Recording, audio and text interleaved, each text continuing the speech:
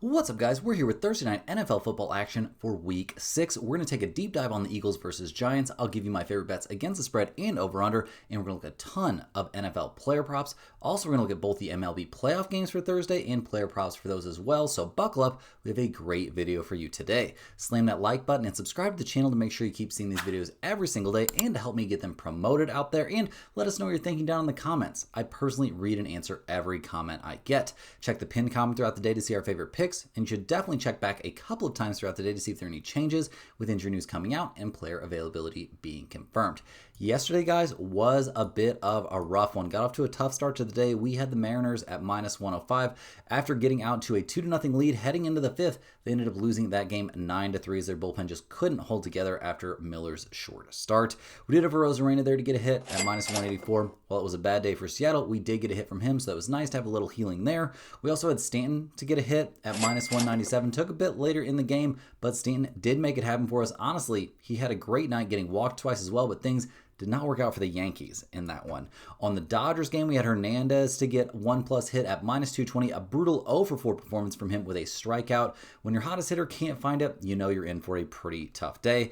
We had the Brewers at plus 105 as our dog of the day. A tough 4-3 loss, all because of Priest, who came out and was absolutely garbage, getting ran from the game early, and Milwaukee wasted a great bullpen day, only managing 3 runs on 7 hits. So that was a tough loss. We also bricked out on the Dodgers as our massive lock of the day.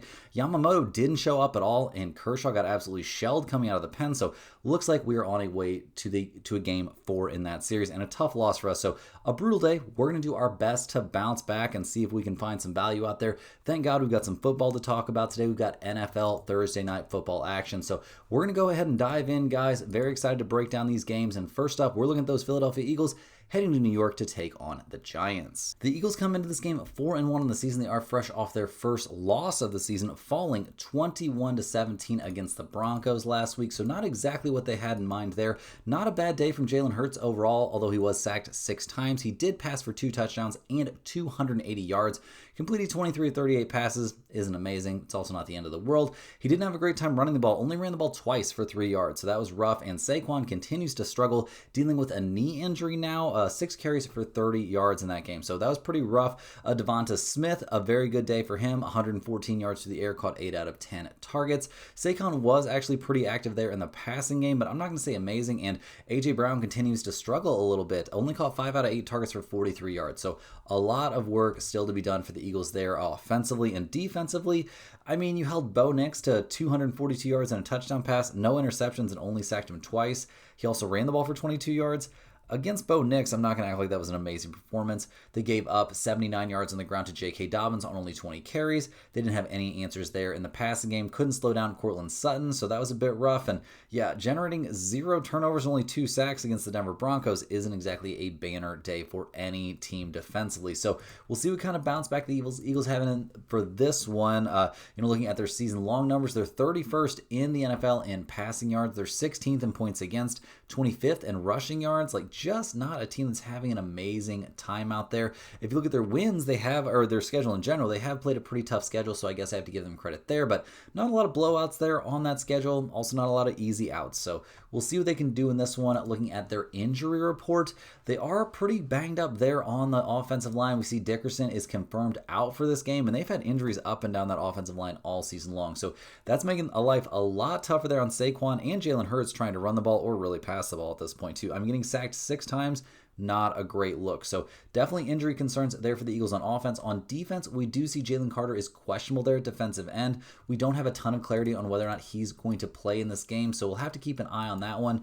A short week, you see a lot of these guys sit out and the injuries can start to pile up. So the Eagles are a little bit banged up in this one as they go on the road here to take on the New York Giants, who at 1-4 on the season, obviously not having a great time, and they lost to the New Orleans Saints last week. Now, they lost 26-14. Pretty impressive to not be able to make that game a little bit closer. They were in for a big letdown after beating the Chargers there 21-18 the week before. In that loss against the Saints, not a lot of amazing positive things to report, obviously. I mean, they did get off to a decent start in the game, but things were tied up at halftime. Or no, things weren't tied up. They were down 16-14 at halftime. Did we like what we saw from Jackson Dart? 2 touchdown passes look good, but 2 interceptions and 1 sack, not amazing. He ran the ball really well, 7 carries for 55 yards, so that's all very positive. Doing a lot of good work in the ground game. Scatterboo, 15 carries, 59 yards, not exactly amazing. And Dart only completed 26 of 40 attempts, so really not a banner day for them offensively. They also fumbled the ball away. Not once, not twice, but 3 times. You're not going to win any NFL games if you turn the ball over 5 times. The good news is those are very, very correctable mistakes. So we'll see if they're able to make those corrections. They did a great job moving the ball on the ground, something that should certainly be a bit of a focus here in this game. Will they be able to do that against the Eagles defense? I wouldn't say it's impossible. The Denver Broncos just did it last week.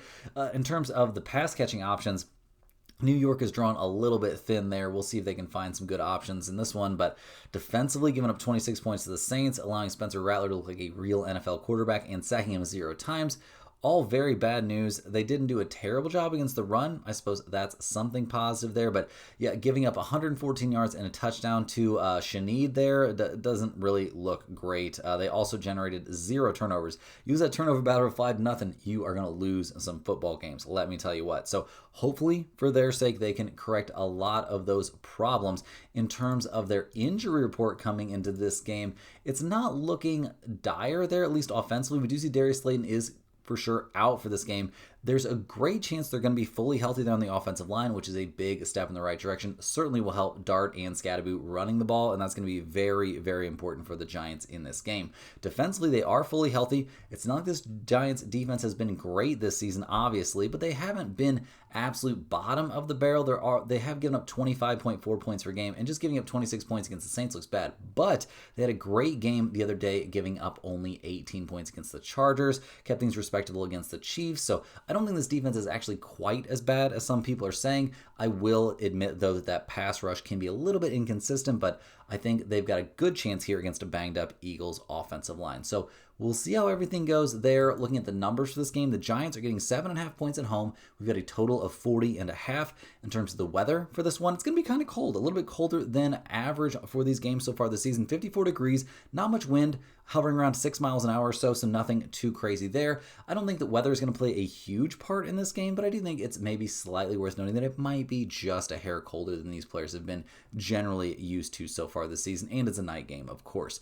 In terms of some trends for this one, the Eagles, they're 3-2 against the spread, 3-2 to the under. The Giants are 2-3 against the spread. They are 4-1 to the under. So in terms of our against the spread lean for this game, I think we do have to take the Giants here in the points. Is that fun? No, I'm not super stoked about doing this, but they're playing at home. They're getting over a touchdown here. The Eagles haven't won a single game this season by more than 7 points, so that's a little bit of a point there in our favor. I do think the Giants might be able to take advantage of that banged up Eagles offensive line. I don't think we're going to see some transcendent performance there from Saquon running the ball. I'm not loving what I'm necessarily seeing from the Eagles passing game overall, so yeah, just not a ton of positives for the Eagles, so that makes me lean a bit towards the underdog in this game.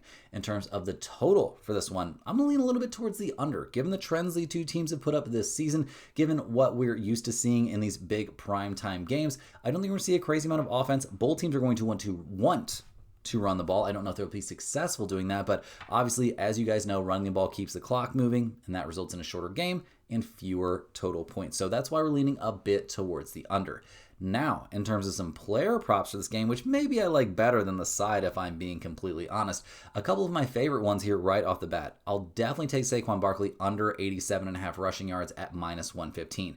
He's been over this number only one time this season, and that was when he had 22 carries for 88 yards, so he was over by a half a yard against the Kansas City Chiefs. He dealt with a sore knee this week, and while he was a full participant in practice there on Wednesday, I'll be shocked if he gets his normal workload, and if he's suddenly super effective behind this even more banged up Eagles offensive line, I will be flabbergasted. So definitely like the under here on Saquon's rushing yards. I also like the under here on his rushing attempts. We're taking under 17.5 here. -105 is a good price. For all the reasons I listed above, I think this is reasonable. He's not going to make his yards. I don't think he's going to make it to 18 carries. He's normally made it to that number this season, but last week he only had 6 carries against Denver. If that knee is really a problem here at all, and it's going to be a little bit colder, I don't think they're going to want to actually risk that turning into something bigger here on a very short week against an opponent I'm sure they feel like they could beat even using their backup running back. Whether that's true or not, we'll have to wait and see. Now, on the Giants side, I'll take Scadaboo here over 49.5 rushing yards at -120. We just saw the Eagles struggle against the running game last week. He's been over this number in 3 straight games, including against the Chiefs and Chargers, so against some pretty decent defenses. I think we see him find his way to 50-plus rushing yards in this one, unless this somehow turns into a blowout, something the Eagles don't really tend to do. So I think it's going to be a closer game, and I do think Scadaboo is going to get plenty of attempts and plenty of chances to get to 50 rushing yards. Next up, guys, I'll take Jalen Hurts here over 198.5 passing yards at -115. If the Eagles aren't going to get much from Saquon, then they're going to need Hurts to move it through the air, and he was, getting it through the air pretty well there against Denver last week, passing for 280 yards. So I do think there's some chance here we see him eclipse 200 yards passing in this game. Back on the Giants side, I'll take Jackson Dart here over 36.5 rushing yards at -110. He had 54 and 55 yards respectively on the ground in each of his 2 starts, including running the Chargers defense ragged in their 21-18 win. Can Dart move it through the air? Maybe. But we know that he's going to be trying to move it on the ground, and that's definitely been working, so we might as well ride that little trend. Last but not least, guys, I'll take Bellinger here over 17.5 receiving yards at -115. A bit of a deep cut here, but with Neighbors out, he caught all four of his targets for 52 yards, and it looks like Dart is more than happy to find him. Getting, 4 targets in a game is not bad, so I think he should have a solid day out there despite going against an Eagles defense that can be decent, but I think this play definitely has some very good value. Very, very significant value, actually, with Neighbors out for the season. Hey guys, hopping into the quick shout out to the sponsor of today and every day's video, and that is StumpTheSpread.com. Click the link in the description to go over there and see the top confidence picks from our entire team of experienced cappers. Right now, our premium members are getting daily MLB, UFC, NFL, and college football picks with NHL hockey as well in the mix now, and with NBA action right around the corner, guys. Major League Baseball has had a very profitable season. We've seen great results sprinkled in there in NFL, in college football, and with hockey getting off to a 2-0 start. I was actually incorrect. We had the Blackhawks +1.5, so a correction to what you saw. It's correct now on screen, but a correction to what you saw in yesterday's video. Actually, the NHL picks did a little bit better than we thought. So definitely get over there and get in on that, but also get over to StumpTheSpread.com and get in on all the free stuff we offer over there. We have free picks that are exclusively posted over there at StumpTheSpread.com that don't have anything to do with what you see here in the videos. We also have our free to use bet size calculator over there, and you got to get over to StumpTheSpread.com and get on that free email list, guys. It's a fantastic resource every single day. All they ask for is your name and your email address to set up a free account over there at StumpTheSpread.com, and that'll get you on that email list. You'll get one email straight to your inbox or your spam folder. So definitely check your spam folder if you're having issues getting the emails. But one email straight to your inbox with at least one free pick, oftentimes 2 or 3, information on niche sports betting like golf, NASCAR, WNBA, all kinds of great stuff like that mixed in there. Big write-ups on all the major sports. Hockey's been pretty hot right now. I know we'll have NBA stuff coming up.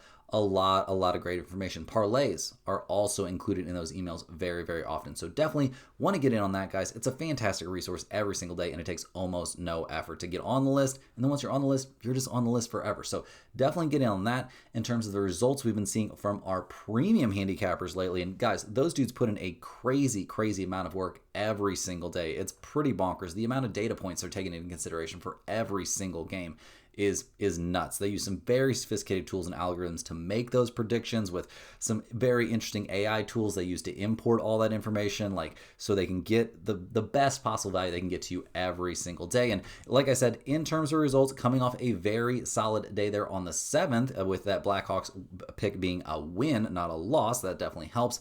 On the 8th, definitely some bad luck there on the baseball side. The Brewers and the Mariners not coming through, but cashing the over there in that Phillies-Dodgers game, that was nice. A couple of NHL plays still live, Calgary and the Golden Knights fighting it out there on the ice. So we'll hopefully have some positive news to report on those 2 games, but if those come through, we could be looking at a solid winning day for the premium members once again. And it's been a nice little streak here. So the 6th was an undefeated day, the 7th was a nice winning day, and hopefully we can have a nice winning day here on the 8th, depending on those hockey results. But guys, we're going to go ahead and dive back in. We've only got 2 baseball games to break down, and we're trying to bring you guys this information as early as we possibly can. And unfortunately, we've got some delays here in terms of, knowing who's going to be starting these games. and some delays in the numbers being announced. So we're going to break down what we can, give you the player props that we can find, and give you our best leans that we can find out there. So let's go ahead and dive in right now. First up, we're going to be looking at the Philadelphia Phillies as they go on the road here to take on the Los Angeles Dodgers. The Phillies kept themselves alive in this series after falling down 2-0. They get the win in Game 3, 8-2, so fairly convincing. It was a pretty competitive game until that 5-run 8th inning.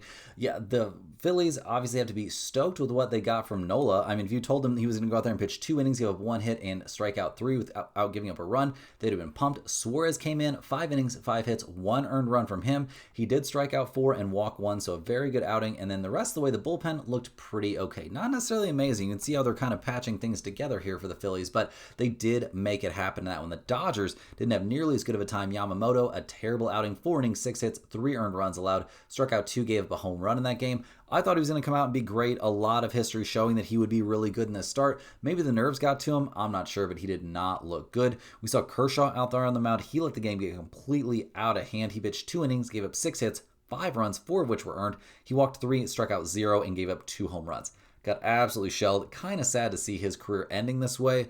Once again, he just is not made for the playoffs, apparently. It's been pretty brutal to watch that over the course of his career, but we'll see what they come up with in this one. Obviously, the Phillies hit the ball really hard in that game. The Dodgers, not quite so much.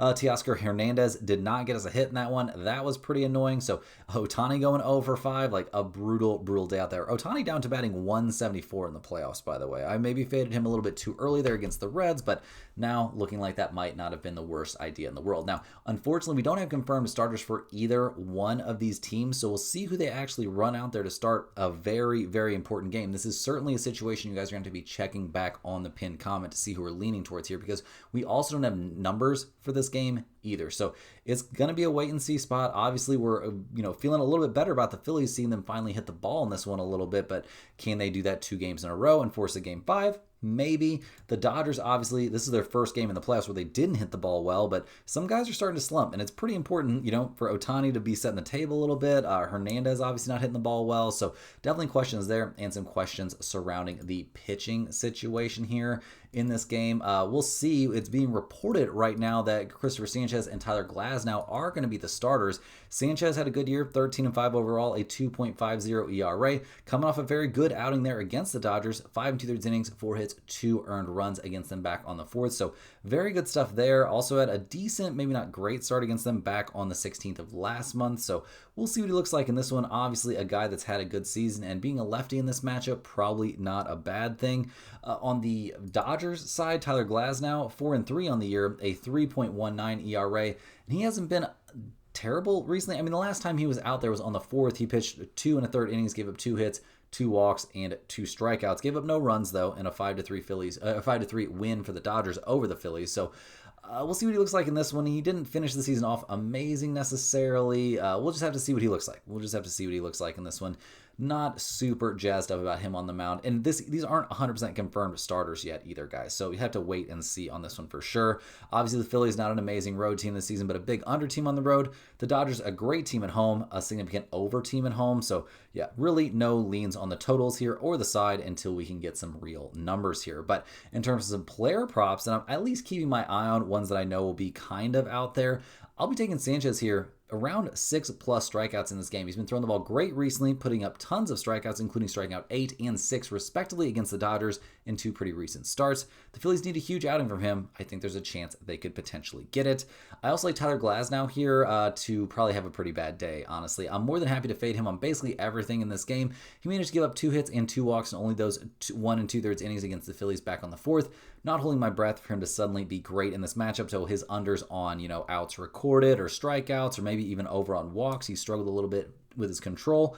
All could make some sense in this one. Now, guys, last but not least, we're going to be looking at the Milwaukee Brewers as they go on the road here to take on the Chicago Cubs. Now, these are very, very early leans, very, very early lines, and we do not have confirmed starters for this game. So once again, a little bit annoying, but we just the odds makers are not releasing that information to us yet. We're seeing some movement. Looking like the Brewers might be closer to -120 instead of the -110 they were originally listed at. So we'll see how that goes. Obviously, the Cubs have to be absolutely thrilled to have held on for the 4-3 win there in Game 3 to avoid getting swept. The Brewers have to be just distraught, and I'm pretty annoyed with what we saw from Quinn Priester in that game. He had an incredible season. Well, he came out and laid an enormous egg. 3 hits, 4 runs allowed, walked 2, struck out 1, and gave up a home run. Only throwing 39 pitches, really hanging this bullpen out to dry, but the Brewers' bullpen was lights out. They didn't even give up a single run after having to take this game over so early. So I'm sure Milwaukee is kind of pumped with what they saw from the bullpen, but also a little bit bummed that they had to burn so much of the bullpen. So we'll see how this one goes. Obviously, the Cubs got a mediocre start there from Talon. Their bullpen was also very good. Offensively, nothing too insane in this game. Obviously, a 4-3 game. But yeah, the Brewers not being able to put together a ton despite, the top of the order and even the middle of the order hitting the ball pretty well. So we'll see what happens in this one. No starters listed at all for this game, so we'll have to wait and see on that. Obviously, the Brewers have had a pretty good season in terms of, their starting pitching. It did not look bad. They come into this, obviously Freddie Peralta had an amazing season. We'll see what they can do this time. They finished the year second in earned run average across the MLB, fourth in batting average against, so a lot of really good news. And so far in the playoffs, their bullpen has been very good. So not a lot of negatives for the Brewers coming into this game. They just need to hit it a little bit better. And in the first 2 games of this series where they destroyed the Cubs, they've definitely showed they are capable of that. Now, the Cubs, their pitching situation for this one could be a little bit more sketchy. Obviously, their bullpen has not been as good this year. Over the regular season, they did rank higher in quality starts, but their batting average against numbers weren't as good. Their earned run average, it was okay. I'm not going to freak out about it, but I'm not stoked about the pitching situation confronting the Cubs in this game or their bullpen in general. Obviously, offensively, they had a little bit better of a game, I guess, in Game 3. They scored 4 runs in the first inning and then didn't even really threaten the rest of the way. So, yeah, not a great look there for the Cubs. Now, looking at the numbers that are posted before the starters, not sure what the odds makers are thinking in that, but the Brewers are listed at -120 right now. The Cubs are +100. We've got a total of 7 in this game. Milwaukee, 45, 30, and 36 on the road, 40, 38, and 3 to the under on the road. The Cubs, 52 and 30 at Wrigley, 38, 37, and 7 to the under at Wrigley, but guys, I'm definitely likely to be leaning towards the Brewers here. Obviously, we have to see the pitching situation, but I think there's a good chance Milwaukee closes this one out without having to face a very dangerous winner-take-all Game 5. I think they're by far the better team. They probably look at this game as an unlucky loss with Priester just going out there and looking so bad. Even if they could have came up with much later in the game, they could have won this one anyway. So I'm sure they feel very confident coming into this game.